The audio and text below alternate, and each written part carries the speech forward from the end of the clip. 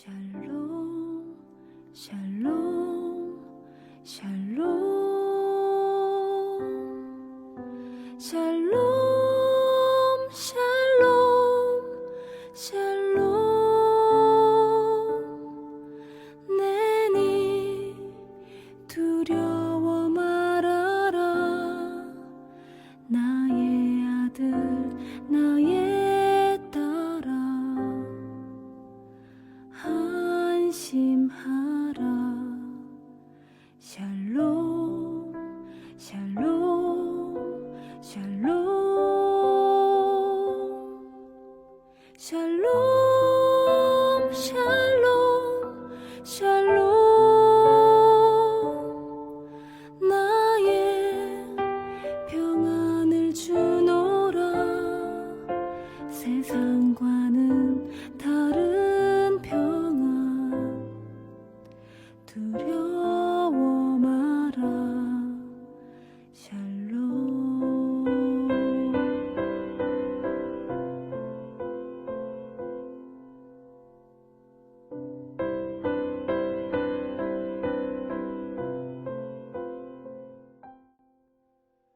12월 21일 늘푸른 새벽 예배를 하나님 앞에 올려 드리겠습니다.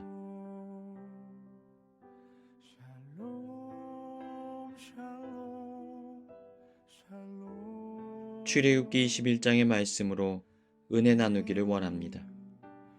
모세가 시내산에서 하나님께 10가지 계명을 받게 되었습니다. 이 계명을 가리켜 우리는 10계명이라고 말합니다. 그리고 이 10계명을 중심으로 해서 또 다른 율법의 계명들이 모세를 통하여 이스라엘 백성들에게 전달되어집니다. 그런데 우리는 여기서 율법이 무엇이고 은혜가 무엇인지를 바르게 이해할 수 있어야 합니다. 여러분, 율법은 좋은 것일까요? 나쁜 것일까요? 본래 율법이 무엇입니까? 하나님의 거룩함과 하나님의 완전하심, 그리고 하나님의 온전한 사랑의 성품을 인간이 이해할 수 있는 언어로 행동 규범으로서 기록되어진 것을 율법이라고 말합니다. 그러니까 율법의 본질이 있다면 그것은 바로 하나님의 거룩함인 것입니다. 그렇다면 우리는 율법을 모두 지킬 수가 있습니까? 결코 그럴 수가 없습니다. 왜냐하면 죄인된 인간은 어떤 방법으로도 하나님의 거룩한 성품을 따라갈 수 없기 때문입니다. 신약성경 마태복음 5장에서는 율법의 본질이 무엇인지에 관하여 알려주시는 예수님을 발견할 수 있습니다. 예수님이 이렇게 말씀하십니다.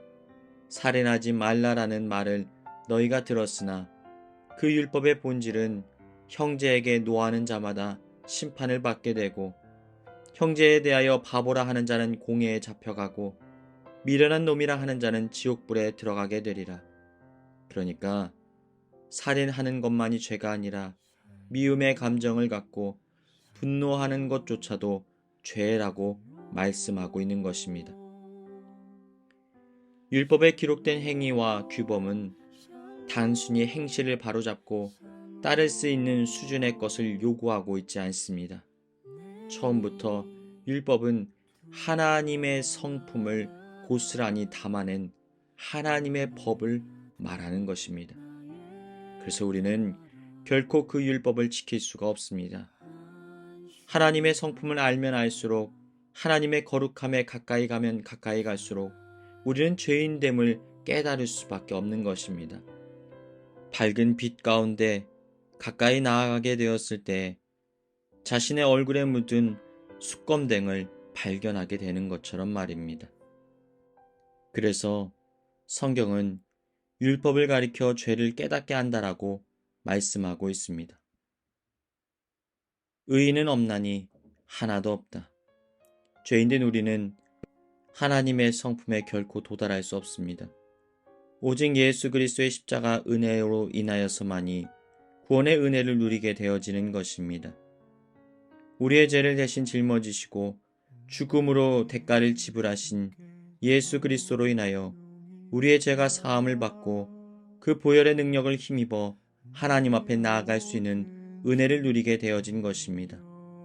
그로 인하여 우리는 하나님 자녀가 되었고 천국의 백성이 된 것입니다. 그래서 우리는 이 땅에 오신 아기 예수님의 나심을 기뻐하며 고대하는 대림절의 기간을 갖는 것입니다. 사랑하는 여러분, 우리의 연약한 죄인됨을 인정하십시오. 그리고 오직 우리의 소망이 예수 그리스도께 있음을 고백하십시오. 그리함으로 구원의 은혜와 죄사함의 감사가 삶의 자리에 넘치시기를 바랍니다. 그런데 궁금한 것이 있습니다. 그렇다면 율법은 폐기된 것일까요? 이제 우리와는 아무런 관계가 없는 것일까요? 그렇지 않습니다. 율법은 완성되어진 것입니다. 모든 죄의 대가를 예수님께서 지불하셨기 때문에 이제 우리는 자유자로, 해방자로 살아갈 수 있게 되어진 것입니다. 그러나 우리 믿는 자들은 이제 하나님의 자녀가 되었습니다. 마치 자녀가 자신도 모르는 사이에 부모의 성품과 말투와 인격과 삶을 닮아가게 되어지는 것처럼 하나님의 성품을 닮은 자로서 우리의 모습과 우리의 삶의 자리가 서서히 변화되어지게 되어지는 것입니다. 오늘 본문도 이러한 하나님의 사랑과 거룩하신 성품이 기록되어 있습니다. 여러분, 당시 노예들은 사람이 아니라 짐승보다도 못한 존재로 부림을 받았습니다. 한국 드라마 추노를 보면 얼마나 노비들이 비참한 인생을 살아갔는지 간접적으로 느낄 수가 있습니다. 그런데 우리 하나님께서는 이러한 노예로서 고통당하는 자들의 괴로움을 풀어주기를 원하십니다. 그들의 생명을 보존하고 자유자가 될 수 있도록 명령하셨던 것입니다. 2절부터 3절 세 번역입니다. 너희가 히브리 종을 사면 그는 6해 동안 종살이를 해야 하고 7해가 되면 아무런 몸값을 내지 않고서도 자유의 몸이 된다. 그가 혼자 종이 되어 들어왔으면 혼자 나가고 아내를 데리고 종으로 들어왔으면 아내를 데리고 나간다. 또 본문을 한번 살펴봅시다.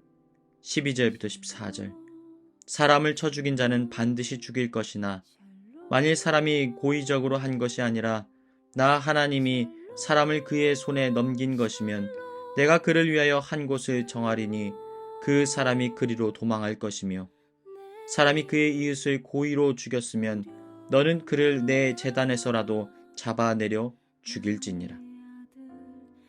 하나님의 형상과 모양을 따라 만들어진 사람을 죽이지 못하도록 살인법을 제정합니다.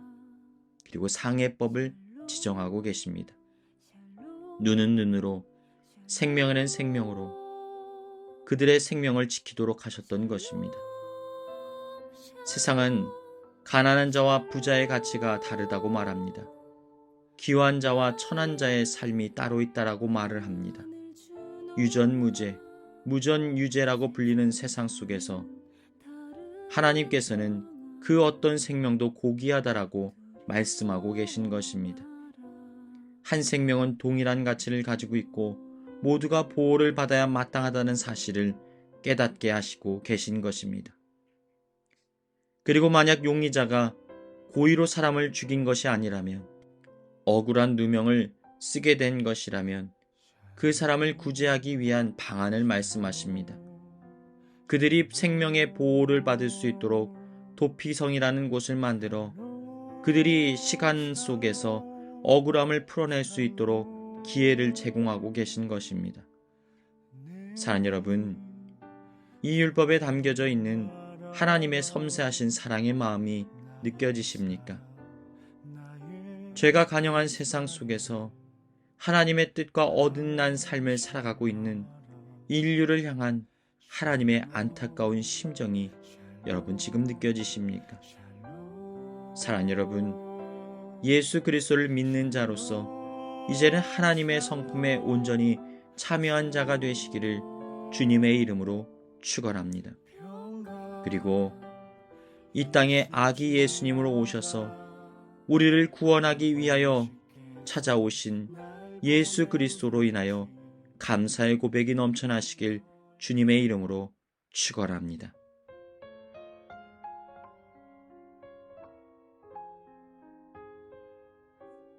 교회에 주신 공동의 기도 제목을 가지고 다 같이 기도하시겠습니다. 죄인된 우리를 살리기 위해 이 땅에 오신 예수 그리스도의 은혜와 사랑을 다시금 깨닫고 구원받은 성도로서 정체성을 가지고 살아가게 하여 주옵소서. 하나님의 자녀로서 우리의 정체성을 회복함으로 하나님의 품 안에 돌아가 주님의 은혜를 누리며 살게 하여 주옵소서. 대림절을 맞이하여 우리를 구원하기 위해 이 땅에 오신 예수 그리스도의 은혜를 깊이 묵상하고 그 은혜 가운데 살아가게 하여 주옵소서. 다 같이 기도하시겠습니다. 예수의 은혜를 입어 내 슬픔이 없어지리 내 이웃을 늘 사랑하여 너 받은 것 거저주라 주 예수께 조용히 나가 내 마음을 쏟아놓으라 늘은 미리 보시는 주님 그 은혜를 베푸시리 주 예수를 친구로 삼아 늘 내 옆에 모시어라 그 영원한 생명샘 물에 내 마른 목 죽이어라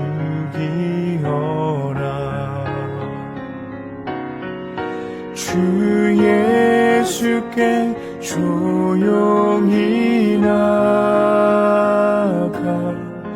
내 마음을 쏟아놓으라 늘